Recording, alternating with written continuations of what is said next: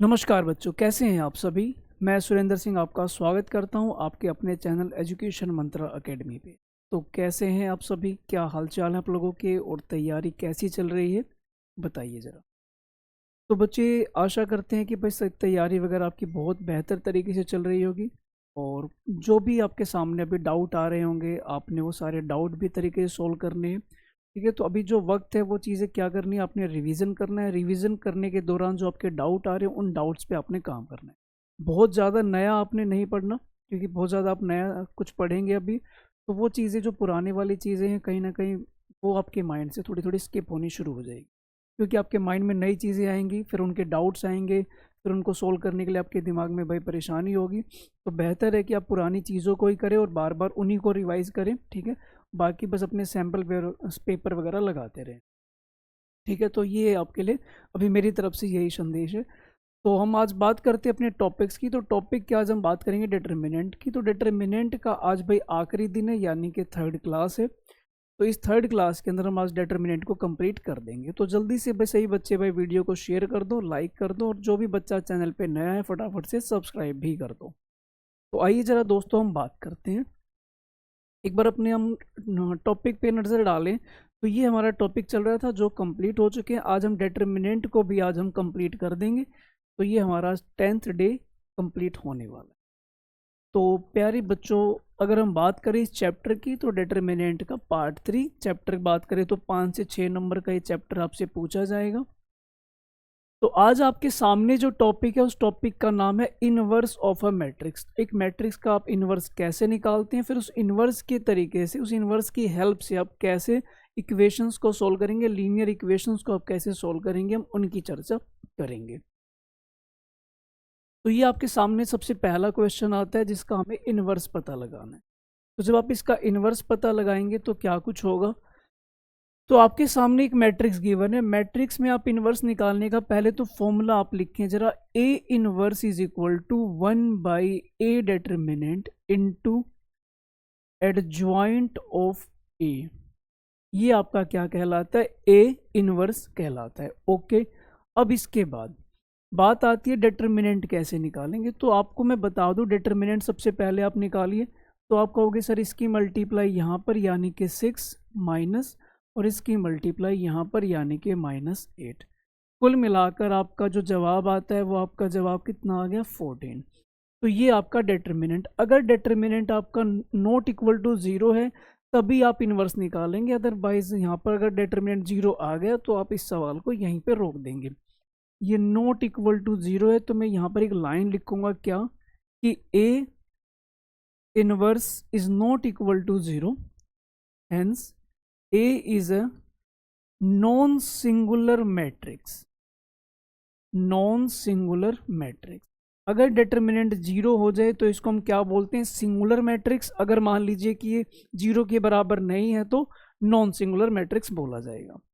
अब यहाँ पर नॉन सिंगुलर मैट्रिक्स है तो फिर कहानी शुरू होती है हमारे कोफैक्टर की।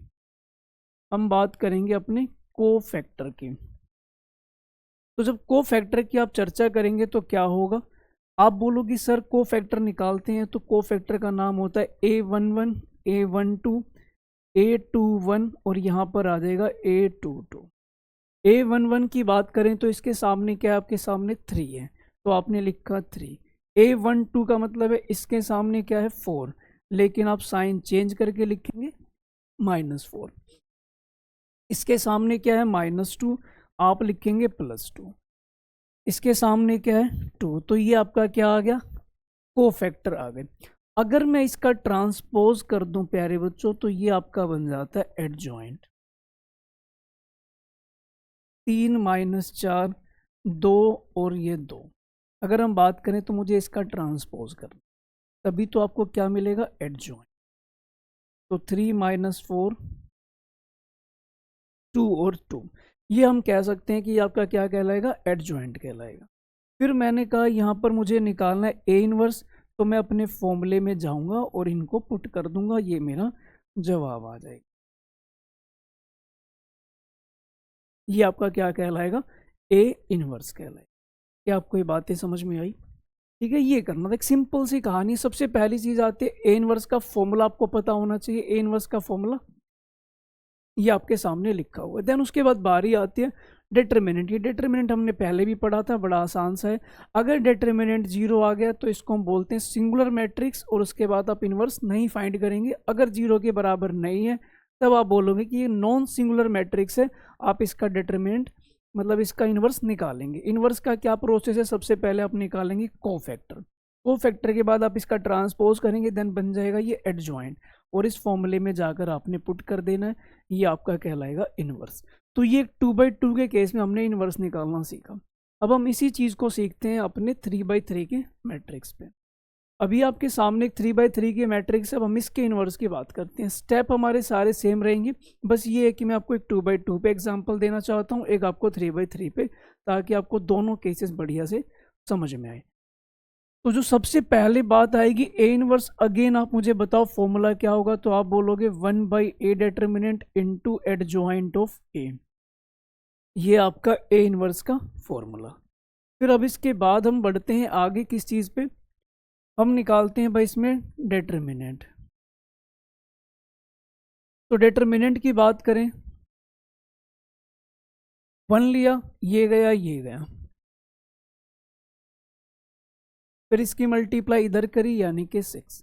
अगला नंबर लिया मैंने ये -1, लेकिन ये आपको पता है डिटर्मिनेंट में इसका साइन चेंज होता है, तो आप लिखोगे +1। फिर ये गया इधर से ये गया, मल्टीप्लाई की मैंने 0 प्लस ये आपका प्लस का।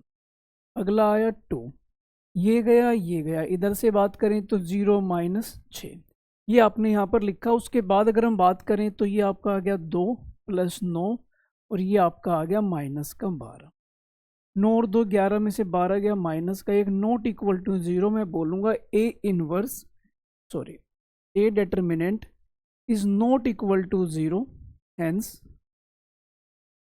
ए is a non singular matrix. A is a non singular matrix. तो ए इनवर्स यहाँ पे क्या करेगा, एग्जिस्ट करेगा, ये इसका मतलब है। तो ए इनवर्स आपका यहाँ पर एग्जिस्ट करेगा। अब इसके बाद हमने यहाँ पर एक काम किया, क्या है वो काम, तो मैंने कहा कोफैक्टर निकालते हैं। कोफैक्टर की अगर मैं बात करूँ तो क्या होगा, तो आपने सबसे पहले सभी के नाम लिख लेने हैं, A11 A12 A13, फिर उसके बाद 21 22 23, देन उसके बाद 31 32, और ये आपका 3। सारी चीज़ें आपने लिख दी। अब उसके बाद सर हम क्या करेंगे, आओ जरा पता लगाते हैं। सबसे पहले आपको कहोगे इसका कोफैक्टर इधर छुपाओ इधर छुपाओ, 4 जने बचे, इनकी वही मल्टीप्लाई, ये 8 और ये इनकी मल्टीप्लाई 6। 8 में से 6 गया, क्या बचेगा सर, 2 बचेगा। बिल्कुल आप यहाँ पर 2 लिख दो, ये आपने पहले वाले का कर दिया। अब बारी आती है इसके, ये गया ये गया, अब ये 4 जने बचे, अगेन इसकी मल्टीप्लाई इससे 0, इसकी मल्टीप्लाई -9। 0 में से -9 करेंगे तो प्लस का 9 आता है, लेकिन क्योंकि इसका सम ओड है, इसका सम ओड है, तो क्या लिखा जाएगा, -9। ये मैं आपको बता दूं कि यहाँ जब आप कोफैक्टर निकालेंगे, जिनका सम यहाँ पर ओड बैठेगा तो आप इनका साइन चेंज करोगे। ये छोटी सी बात आपको समझ में आती है, पक्का, वेरी गुड। अब हम उसके बाद बात करते हैं A13 की, यानी कि इस वाले एलिमेंट के। ये गया इधर से ये आपका 0 और ये आपका 6, यानी कि कहलाएगा माइनस।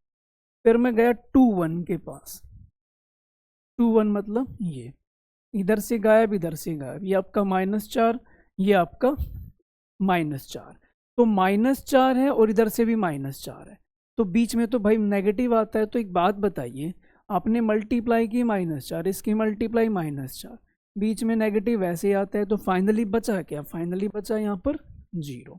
कोई आपत्ति तो नहीं किसी बच्चे को, वेरी गुड। अगले की बात करते हैं 2 की, यानी कि हम इस वाले एलिमेंट की बात करते हैं। ये 4 जने गायब, 4 और ये 6, 4 में से 6 गया, -2। फिर मैं गया इसके पास, ये -2 और ये आपका प्लस का 3, तो कुल मिलाकर बचा क्या, प्लस का 1, लेकिन आप यहाँ पे क्या लिखोगे, -3। 1 की बात करें तो फिर क्या होगा, इसकी बात करें तो इधर गया, प्लस का 3 और ये 4 माइनस करेंगे तो -1। ठीक है, थोड़ा सा यहाँ पर कैलकुलेशन आपने ध्यान रखनी है, बाकी तो कोई ज़्यादा मुश्किल चीज़ है भी नहीं। -3 और ये 0, -3 है लेकिन साइन चेंज होगा तो प्लस का 3। 3 की बात करें तो क्या होगा, ये 2 और ये 0, कुल मिलाकर आपका जवाब आ गया ये आपका क्या बना भाई, ये आपका बना कोफैक्टर। सर हमें एडजॉइंट भी चाहिए। एडजॉइंट के लिए भाई आपने क्या करना होगा, तो मैं बिल्कुल प्रॉपर स्टेप लिखूं तो आप इस चीज़ को यहाँ लिखो 2 - 9 - 6 और इसका मुझे ट्रांसपोज भी करना है।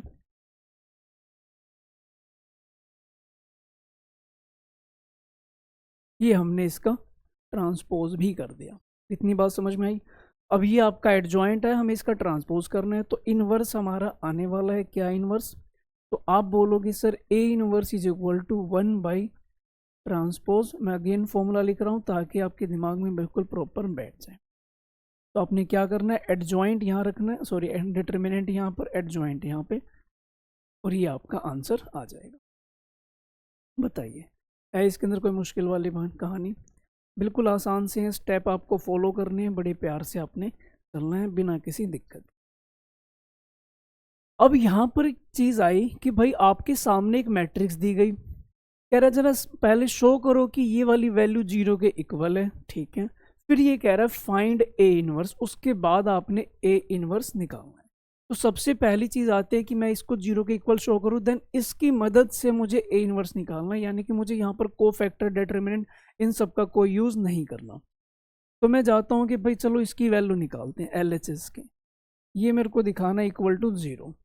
तो मैंने कहा भाई मुझे ए स्क्वेयर की आवश्यकता पड़ेगी, पहले तो मैं ए स्क्वेयर निकालता हूँ। तो मैंने यहाँ पर ए स्क्वेयर निकालने के लिए ए और ए की मल्टीप्लाई रख दी। तो मल्टीप्लाई करते हैं, ये आपका 9 और ये आपका -1, फिर आगे मल्टीप्लाई, ये आपका 3 और ये आपका 2, फिर आगे मल्टीप्लाई -3 आगे करेंगे तो -1 +4, ये आपका 8, ये आपका 5, ये -5, ये आ गया। ठीक है, ये ए स्क्वेयर आ गया। अब मैं इस इक्वेशन के पास जाता हूँ और वैल्यू रखता हूँ, देखता हूँ क्या ये 0 आ रहा है कि नहीं आ रहा। तो मैंने कहा जरा पता लगाइए भाई, आपने कहा भाई 8, 5, -5 और 3, फिर उसके बाद -5 ए मैट्रिक्स की वैल्यू आप यहाँ पुट कर देंगे, +7 और आई की वैल्यू आप यहाँ पुट कर। इतनी बात समझ में आई। अब हमने कहा 8, 5, -5, 3, फिर हमने 5 से अंदर मल्टीप्लाई की,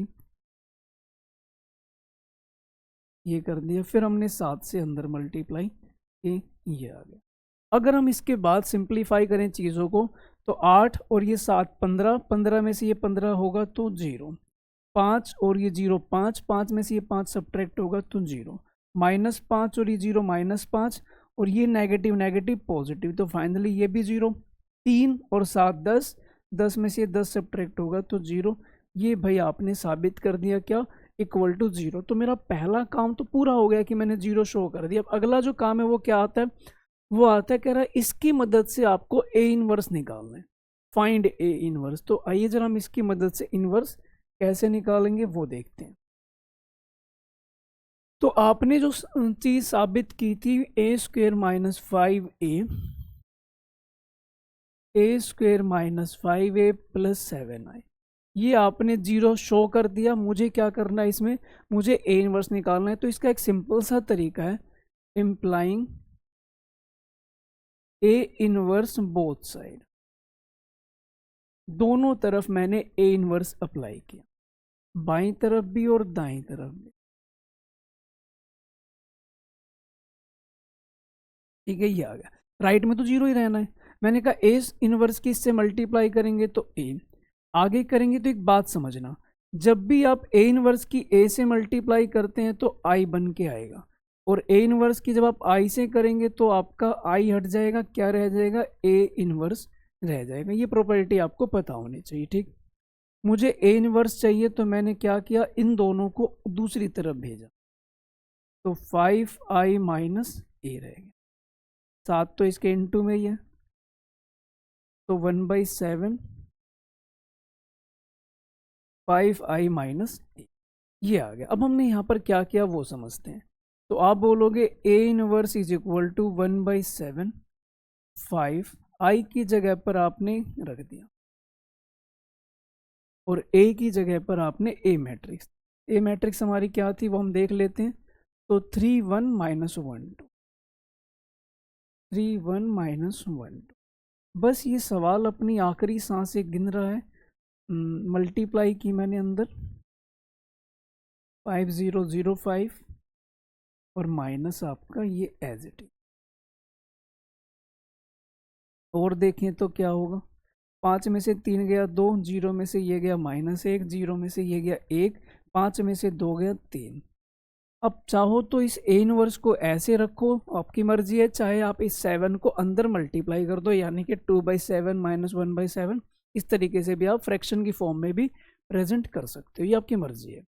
तो आप ऐसे रखिए चाहे ऐसे। तो मैं आपसे यहाँ पर बात समझाना चाहता हूँ कि जब भी कभी आपके एग्जाम में ऐसे इक्वेशन मिले और ये लिखा हो कि फाइंड ए इनवर्स, तो यहाँ पर आप समझ जाना है कि मुझे इस इक्वेशन की मदद से ए इनवर्स निकालना है। मुझे अलग से ऐसा नहीं है कि मैं कोफैक्टर निकालूँ, एडजॉइंट निकालूँ, उस रास्ते से आपको नहीं जाना, ठीक है। तो रास्ते आपको वो फॉलो करने हैं जो सवाल आपको बोलेगा, आप अपनी मर्जी से कोई और रास्ता नहीं लोगे, ठीक है। क्वेश्चन जैसा बोलेगा आपने वैसे ही चलना है, ओके। अब ये क्या आता है, ये कहता है solution of system of linear equation using inverse of matrix. मैं आपको लीनियर इक्वेशंस दूंगा, आपने क्या करना है, उसे मैट्रिक्स के मेथड से सोल्व करना है, ठीक है। तो अब इक्वेशन कैसी दूंगा ये देखिए। तो यहाँ पर आपके सामने क्या होगा कि सपोज मैंने आपको यहाँ पर 3 लीनियर इक्वेशन दी, 3 मैंने आपको लीनियर इक्वेशन दी। अब उसके बाद आपने क्या करा, इस लीनियर इक्वेशन में से ये 3 मैट्रिक्स पहचाने आपने, ए, एक्स और बी। ए हम किन को बोलेंगे, तो ए आप बोलोगे इन वाली चीज़ों को। ये आपके सामने जो एक्स वाई जेड के साथ जो कोफिशिएंट है, इनको हम क्या बोलते हैं, ए मैट्रिक्स।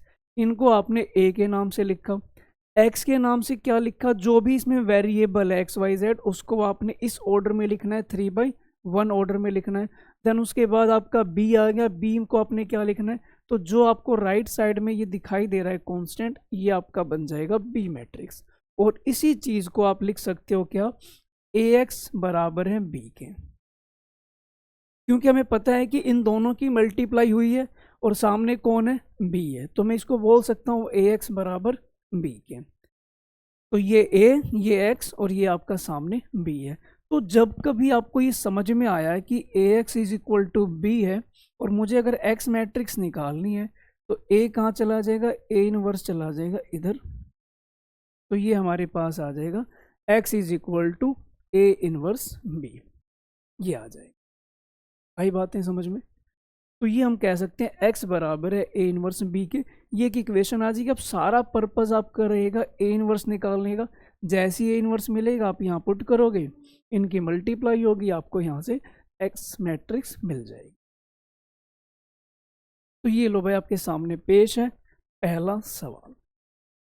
आइए जरा हम सोल्व करते हैं इसे और देखते हैं कैसे क्या कुछ होगा। सबसे पहला काम, जब भी आपको इक्वेशन दिखाई देगी आप यहाँ से बनाएंगे अपनी ए मैट्रिक्स। ए मैट्रिक्स क्या होगी, तो 5 2 7 और 3। फिर आप बनाएंगे एक्स मैट्रिक्स, वो आपकी बनेगी एक्स और वाई। फिर आपकी बनेगी बी मैट्रिक्स, वो आपकी बनेगी 4 और 5। ये आपकी बी मैट्रिक्स बनेगी। बात समझ में आती है। तो ये आपकी ए एक्स और ये बी, ठीक।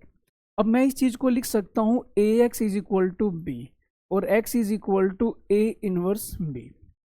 अब मुझे सब कुछ पता है, बस ए इनवर्स निकालना रहता है। ये ए इनवर्स पता लग जाए तो मेरा यहाँ पर काम चल जाए। ठीक है भाई, यही करना है। अब हमने क्या किया, तो मैंने कहा ए इनवर्स निकालने के लिए भाई मुझे क्या चाहिए होगा, तो मुझे सबसे पहले ए का डिटर्मिनेंट चाहिए। मैंने कहा इसका डिटर्मिनेंट बताओ, तो आप बोलो 5 दिया 15 माइनस 7 दूनी 14, तो 15 में से 14 गया, क्या हो गया 1। ये आपका ए डिटर्मिनेंट आ गया। उसके बाद ए डिटर्मिनेंट आपका ये आ गया। फिर मैंने आपसे कहा कि अब मुझे चाहिए होगा क्या, कोफैक्टर्स। तो मैंने हेडिंग डाली कोफैक्टर्स, A11 A12 A21 और A22। A11 क्या होगा, तो इसके सामने है 3 लिख दिया। A12 यानी कि इसके सामने 7 है बट आप लिखोगे माइनस, इसके सामने 2 है आप लिखोगे माइनस, और इसके सामने 5 है तो आप लिखोगे प्लस 5। तो ये आपका क्या आ गया, कोफैक्टर आ गया। मुझे चाहिए क्या, एडजॉइंट। तो एडजॉइंट की वैल्यू क्या होगी, तो आप बोलोगे 3 माइनस 7, इनका ट्रांसपोज करना होगा मुझे, इनका ट्रांसपोज करेंगे तो 3 माइनस 7 माइनस 2 और 5, ये आपका क्या कहलाएगा, एडजॉइंट। और मुझे यहाँ से मिल जाएगा ए इनवर्स, जिसकी वैल्यू हमारे पास क्या आई है, 1/1, 3 माइनस 2 माइनस 7 और 5, ये आपका बन जाएगा क्या, ए इनवर्स। क्या इतनी बात आपको समझ में आती है, ठीक है। ये आपका पहला काम पूरा हुआ, ए इनवर्स। अब मुझे एक्स की वैल्यू निकालनी है, तो जो कि बड़ा आसान काम है, तो मैंने यहाँ पे जगह छोड़ रखी है। तो आप बोलोगे x बराबर है, x की जगह पे ये x आ गया, ए इनवर्स अभी हम देख के लिखते हैं, और यहाँ पर आपका आ जाएगा b। तो अगर मैं देखूं तो 3 माइनस 2 माइनस 7 5, 3 माइनस 2 माइनस 7 और 5। उसके बाद अगर मैं बात करूं बी मैट्रिक्स की, तो बी है आपका 4 एंड 5।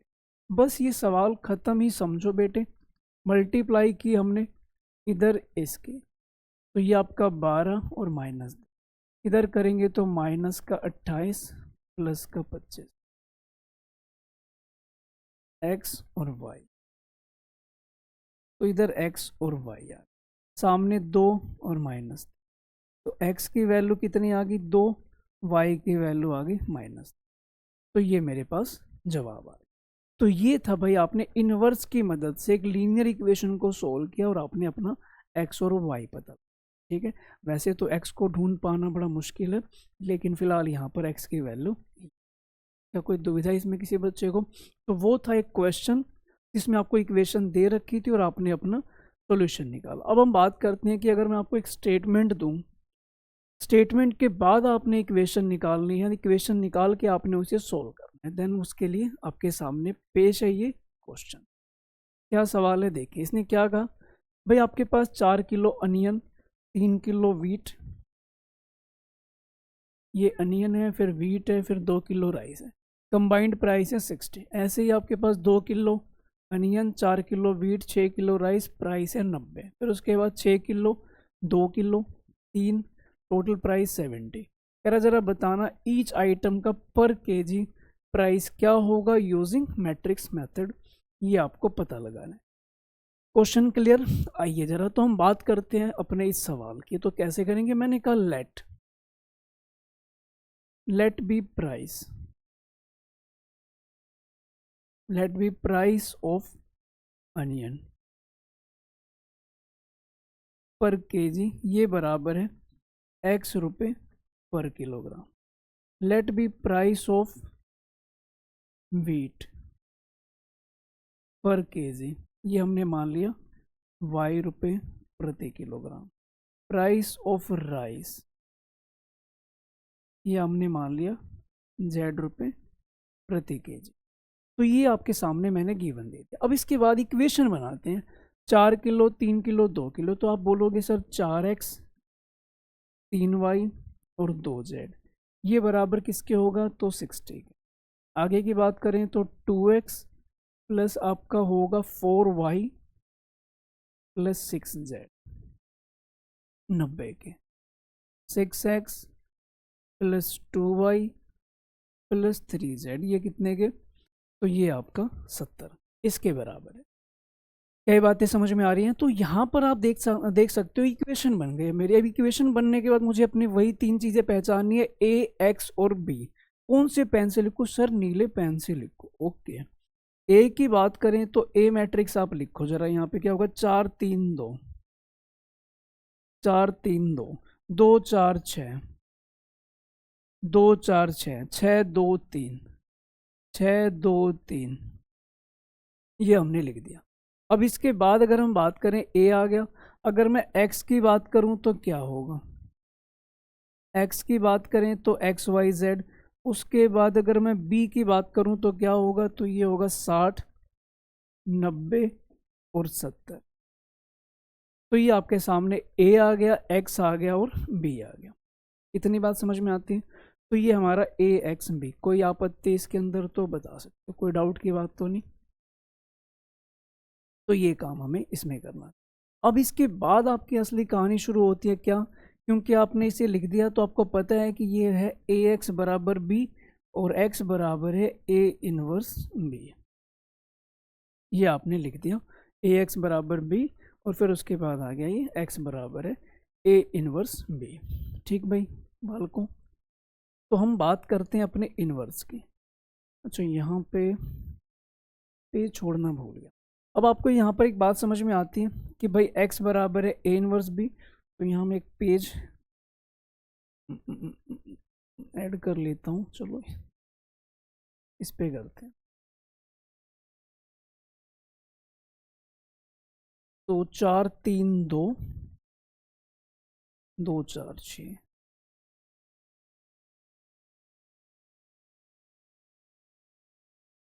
4 3 2 2 4 6। ठीक है, ये आ गया। उसके बाद 6 2 3,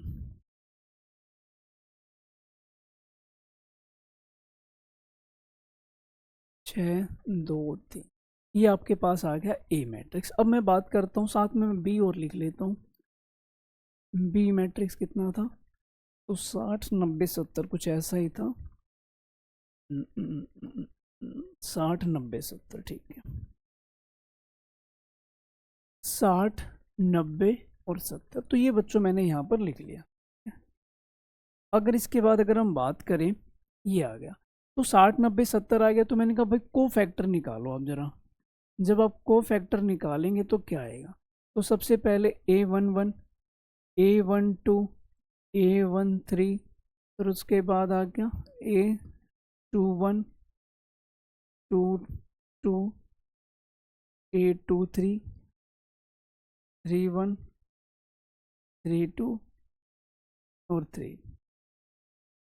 ये सारी चीज़ें हमने यहाँ पर लिख दी। अब इसके बाद अगर हम देखें कहानी, तो इसका कोफैक्टर क्या होगा? तो भाई ये गया 4 3 12 और ये भी 12 0। A12 की बात करें तो ये गया 3 दूनी 6 और ये आपका 6 6 36। 36 में से माइनस होगा तो आया माइनस का 30, लेकिन आप यहाँ पे क्या लिखोगे? प्लस का 30। ठीक है। A13 ये गया 4 ये 24, तो कितना आया? ये आपका 4 और ये 24 माइनस का 20। 21 की बात करें तो ये गया तो 9 और ये आपका 4, कितना बचा? 5। तो आप क्या लिखोगे? माइनस का 5। यही होगा ना भाई, ये गया 9 में से 4 गया 5। ठीक है। A22 की बात करें तो 12 और ये 12 यानी कि 0। A23 की बात करें तो 8 और ये 18 यानी कि माइनस 10, तो ये आपका बन गया प्लस 10। A31 की बात करें तो 6 3 18 और 4 दूनी 8 यानी कि 10। 32 24 में से भाई ये 4 गया यानी कि माइनस का 20। ठीक है। ये इधर गया 16 में से 6 गया यानी कि 4 चौक 16 और 6 10 आ गया। ठीक है। ये आपके पास आ गए कोफैक्टर। मैंने कहा एडजॉइंट लिख देते हैं। एडजॉइंट आपको पता ही है कि इसका ट्रांसपोज कहलाता है, तो ट्रांसपोज करके लिखूँ तो 0 30 -20। इसकी बात करें तो -5 0 और 10। इसकी बात करें तो 10 -20 और ये आपका 10। ये आपका आ गया एडजॉइंट। अब हमारे पास इन्वर्स की जब बारी आई तो इन्वर्स आपका बन चुका है कितना? तो डिटर्मिनेंट रह गया था क्या भाई? ओहो, डिटर्मिनेंट तो रह गया यार। डिटर्मिनेंट इधर लिख लेते हैं।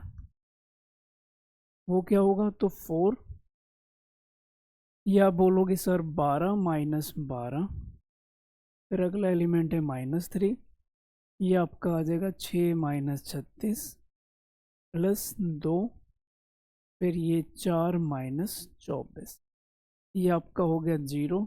ये 30 6 3 18 और ये आपका हो गया -20 यानी कि 4 दूनी 8। तो ये मैं बोल सकता हूँ कितना आ जाएगा? 100। 20 चौक 80, ये आपका आ गया भाई -30 30 या 90, ये 0 आ गया, ये आपका -30 आ गया, 30 या ये 90 हो गया, ये आपका आ गया -20, यानी कुल मिला के ये बच गया आपका 10, ये वैल्यू आ गई 10। फिर मैंने कहा इन्वर्स क्या होगा, तो 1/10, और ये आपका है 0 -5 और 10, 30, 0 -20, ये आपका -20, 10 और 10, ये आपका ए इन्वर्स आ गया। इसके बाद अगर मैं दोस्तों बात करूं तो अपने क्वेश्चन में अगर हम देखें तो मुझे निकालना था x y z is equal to A inverse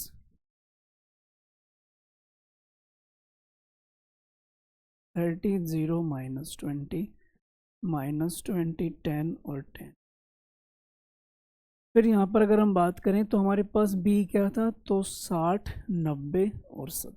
बस इसको सिंप्लीफाई करना है, आपका जवाब आ जाएगा x y z। तो मैंने 10 को बाहर ही रखा, मल्टीप्लाई करते हैं तो 0, 9 पंजे 45 और ये 7।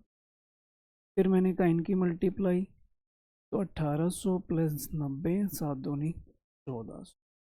फिर इनकी मल्टीप्लाई करूँ तो 6 दूनी 1200 प्लस 900 प्लस 7। तो ये भाई 7 में से 5 गया, यानी कि ये तो रह गया 250।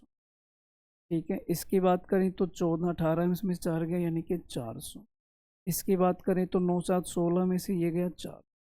तो अगर आप बात करोगे ये 10 अंदर जाएगा तो आप ये कह सकते हो बड़े आराम से कि भाई ये आपका 25, ये आपका 40 और ये आपका 40, यानी कि ये इनका प्राइस मान। यही बात आपको समझ में आती है अच्छे से? ठीक है भाई, इतनी बातें क्लियर हैं, कोई डाउट है तो आप पूछ सकते। तो ये काम करना था। ठीक है, अगर हम बात करें अब इस अगले क्वेश्चन की, तो मैं यहाँ पर आपको इक्वेशन बना के देता हूँ, आप इसका मुझे आंसर खुद से करके बताएंगे। इक्वेशन की मैं बात करता हूँ, कह रहा 3 नंबर है, इनका जो सम है वो है 6। मैंने कहा 3 नंबर मान लेते हैं एक्स वाई जेड, तो एक्स वाई जेड का सम यहाँ पर कितना दिया हुआ है, तो 6 दिया हुआ है।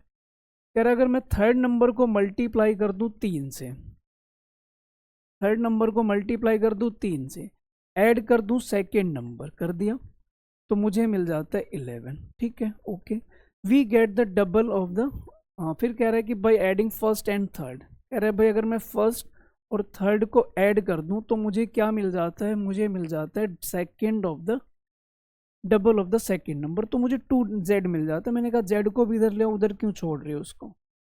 तो आपने जब इसको इधर छोड़ा, वापस इधर ही लेकर आए,